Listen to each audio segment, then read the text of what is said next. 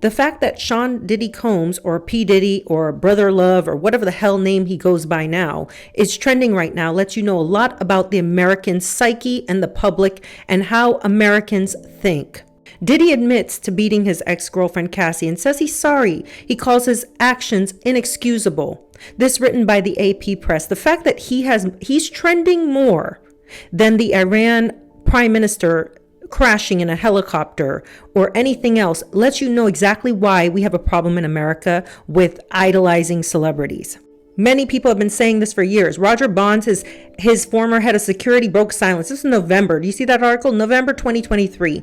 God knows everybody on here, Jaguar Wright, 50 Cent, gosh, on and on, have said horrible things about Diddy, and nobody seems to give a shit until they have a video come out. And even with the video, you know, you'll still have people. You will still, trust me, you will still have people here in America that will side with Diddy.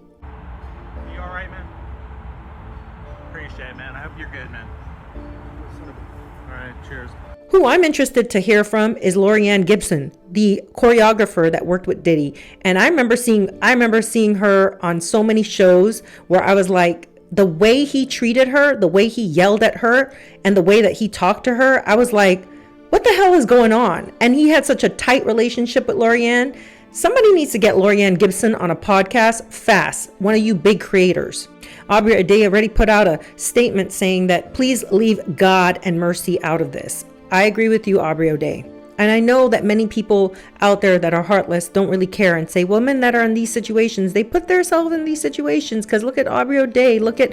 I always mention Jennifer Lopez. She's a perfect prime example of somebody that was able to get out. She was able to leave.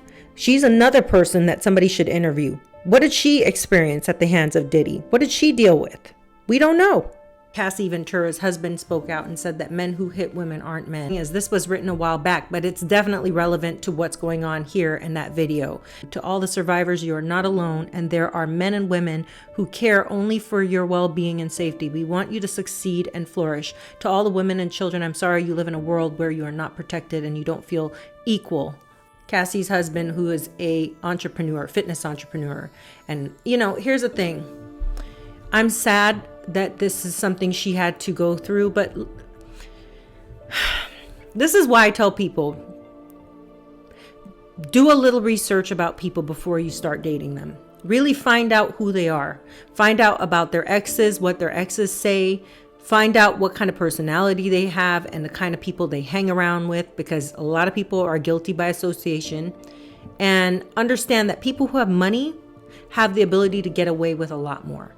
Diddy is a frightening personality, and the level of people coming forward, saying things and launching allegations against him should be enough to put this man behind bars. But here's why it won't happen.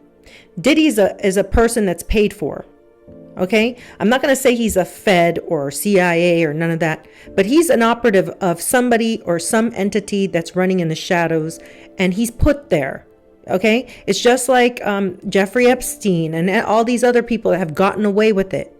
They're put there.